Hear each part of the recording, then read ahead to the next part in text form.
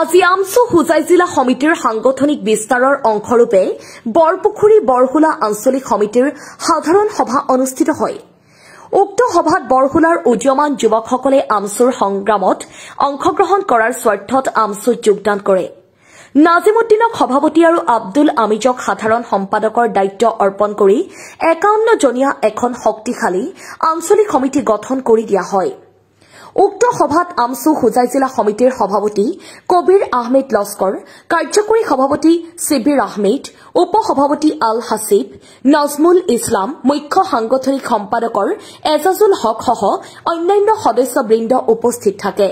আজি সদৌ অসম সংখ্যালঘু ছাত্ৰ ইউনিয়ন আমচুৰ হোজাই জিলা সমিতিৰ অন্তৰ্গত বৰপুখুৰী আঞ্চলিক সমিতিৰ এখন সাধাৰণ সভা অনুষ্ঠিত হয় আৰু এই অঞ্চলত আহি বিভিন্ন উদীয়মান যুৱকে আজি আমচুত যোগদান কৰিছে আৰু সাধাৰণ সভাৰ জৰিয়তে আমি ৫১জনীয়া এখন শক্তিশালী আঞ্চলিক সমিতি গঠন কৰিছো।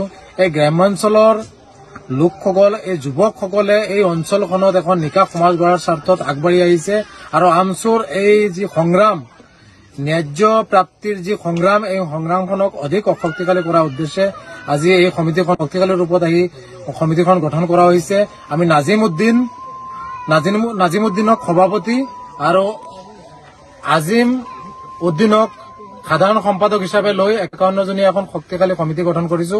আগন্তুক দিনত এই বৃহত্তৰ এই গ্ৰাম্যাঞ্চলৰ পৰা জিলা সমিতিলৈ তেওঁলোকে এক বলিষ্ঠভাৱে আঞ্চলিক সমিতিৰ পৰা নেতৃত্ব দিব আৰু এই অঞ্চলত যি নিচাজাতীয় দ্ৰব্য বা অসামাজিক কামবোৰ যিবোৰ আছে এইবোৰৰ বিৰুদ্ধে মাত মাতি এখন নিকা সমাজ গঢ়াৰ সমান্তৰালভাৱে জিলা সমিতিখনকো আগুৱাই লৈ যোৱাৰ ক্ষেত্ৰত এক শক্তিশালী ভূমিকা পালন কৰিব বুলি আমি আশা ৰাখিছো আৰু আপোনালোকৰ জৰিয়তে নৱগঠিত সমিতিখনৰ সভাপতি, সাধাৰণ সম্পাদক সহ সমূহ বিষয়ববীয়াক আমি শুভেচ্ছা অভিনন্দন জ্ঞাপন কৰিছো।